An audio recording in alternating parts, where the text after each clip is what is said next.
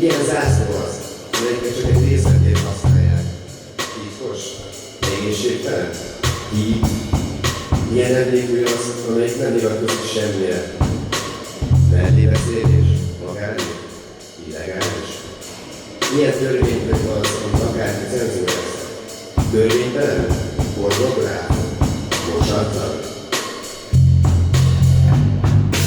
Rengeteg kérdés, elmúlt a szavam. Ki mondok mindent, amit nem lenne szabad? Azt mondnád, hogy egy fecske nem csinál darab. Kinek mit jelent a szabad akarat? Milyen ország az, aminek nincsen főváros? A szeretet, aki ide költözött el máshova. Valakinek a viár, valakinek sem prű. Keserű a sors, nyelő alacsonyabb rendű.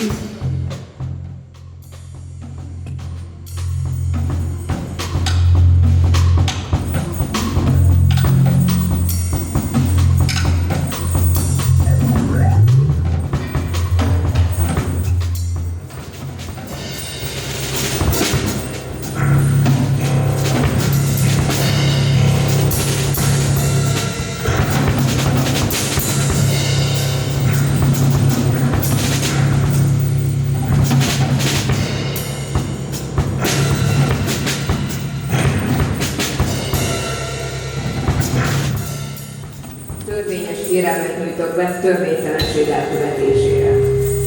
Intellektuális erőfeszítéseket teszek, hogy bebizonyítsam, az emberi agy nem gondolkozása való. Követelek valamit, és ha teljesítik, követelem a visszavonását. Hamisan játszom, hogy találás kiabálhassam. Minden nap készítek magamról egy-egy írásos feljelentést.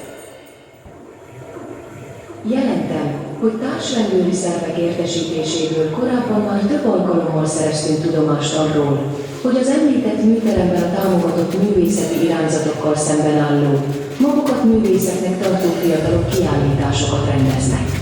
Saját értékelésük szerint ezek a személyek a művészeti élet perifériájára szorultak, és magukat a megtűrtek kategóriájába sorolják.